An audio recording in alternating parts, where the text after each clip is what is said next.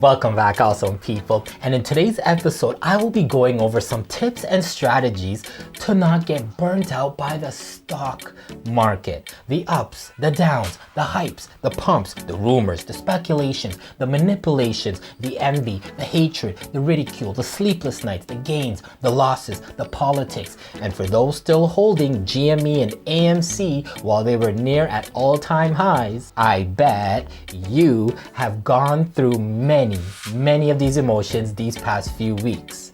But all in all, it's been a difficult year for all investors. Whether you were up big or down big, it was still a hectic 12 months. And this week is the 1-year anniversary since the world was officially starting to lock things down. From stores to religious services to crossing borders and even limiting weddings and funerals. And through all these hardships, the stock market continued to massively rally and hit all-time highs after the major crash in mid-March. From fear of getting sick to not being able to be social and the fear-mongering constantly repeating on the news, we've been stressed to the max in 2020. And now, to top it all off, we're watching the stock market take a wild ride while many investors hang on for dear life, as the plunge that recently happened created havoc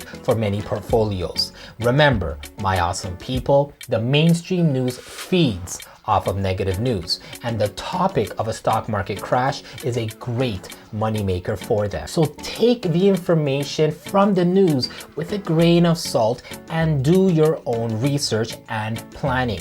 1 week this, 1 week that, the news never ends. Even legendary Warren Buffett can't time the stock market crash. If you could time it, there wouldn't be a crash. You can't tell when there will be a road accident until it is too late to press the brake. However, you can make precautions to reduce the impact of a crash. And the market crashes when investors panic and start selling in bulk. They lose confidence in a stock because the business environment is beyond the control of the companies. For example, in the 2009 financial crisis, investors lost confidence in the banking system and only trusted cash in their hands. In the 2020 pandemic crisis, investors lost confidence in businesses' capacity to withstand nationwide and global lockdowns. And through all of that, the stock market recovered rapidly as the government put stimulus money in the hands of millions of people.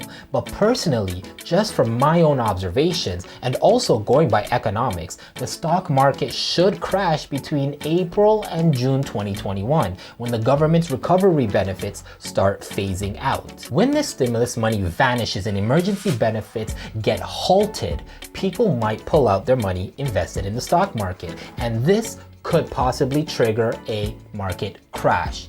But regardless of whether the crash will be in a few months or a few years, the ups and downs of the market is unavoidable, but your stress level is. Mental health and financial experts alike say both your mind and your portfolio are connected, where your emotions will run high as your portfolio goes in the red and excitement goes high when your portfolio is in the green. And we all know that the market constantly goes up and down, which will mean that your emotions will go up and down constantly as well. And this is a reality for many day traders and swing traders as they go through this emotional roller coaster, and it can be exhausting. Investors often make the mistake of thinking that just because they are tired and in need of some rest, that stocks will act the same way. But stocks don't care much about our wants and needs. It is us, the people, that need some time to rest and not the market. So don't be bearish about the market just because you feel tired. So here are my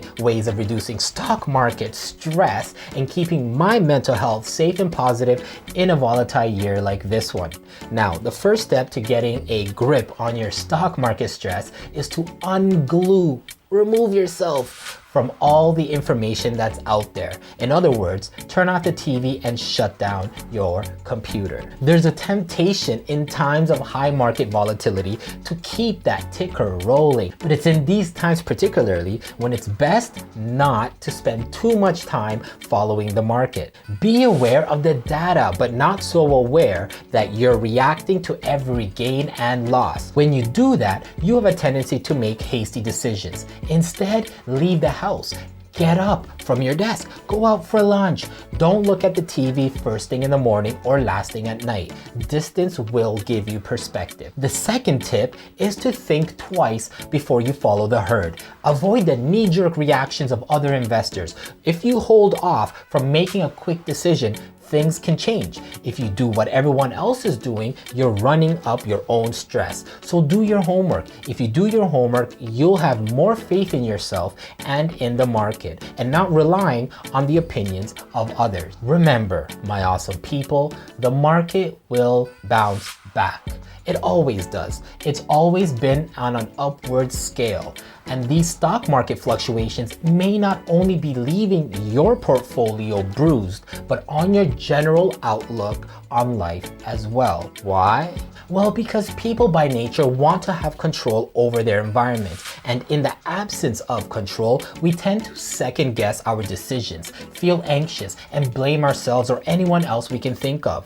And as you know, no one is able to have control of the stock market. And that lack of control can take a toll on your mental health. For example, the 2020 market crash had a real impact on people's life choices and decisions that people made. For many people, life plans needed to change, including not being able to retire early. Now that this has been 1 year, it is the time to re-energize and to reinvigorate your finances and your portfolio. And part of taking care of your portfolio also includes taking care of yourself and watching your health. Get your exercise, take your vitamins, watch your diet.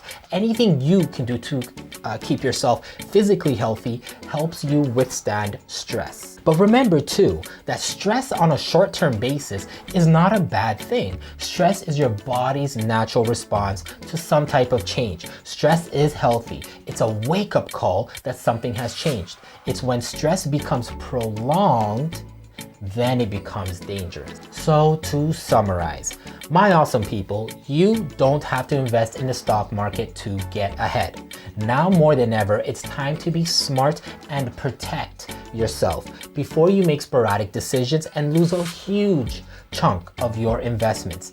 Even the smallest losses in the market can add up to hundreds of thousands of dollars over time. Do not fear that you are missing out on opportunities that your family and friends might be jumping into. Instead, you should build up cash so you can buy in the near future when opportunities come once you have done your own research. And no matter what happens, there are going to be plenty of deals down the road. So it will be wise to build up liquid cash now, especially with this impending crash that is still on the way once, the stimulus checks have been used up. And now more than ever is the time to focus on cash flow and risk management. Protect your assets and build up your reserves. Pay off your loans. Stay liquid and stay safe. This is also the time to create a vision that stretches beyond this crisis. Look to discover what I like to call investor DNA to become a better investor. This includes your core values, core competencies, and areas where you have real knowledge. Where do you want to focus your time and attention? Turn off the news and sometimes step back from the market. And if you can't step back or stay away during trading hours, at least use post-market hours to get your mind and body engaged, doing something else that is not stock market related, like working out, doing something creative, cook. And I don't mean popping some Pop-Tarts in the toaster. And do something that will reset your mind from the day. I personally de-stress from the market by playing sports, playing video games, and catching up on some TV shows.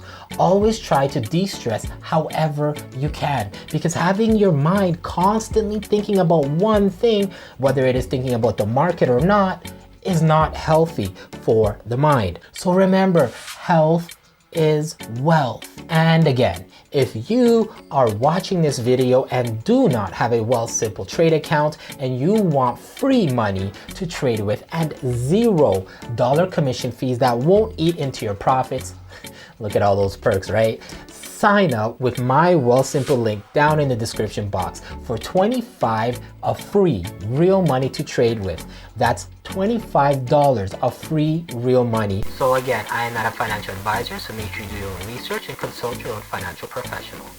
Thanks.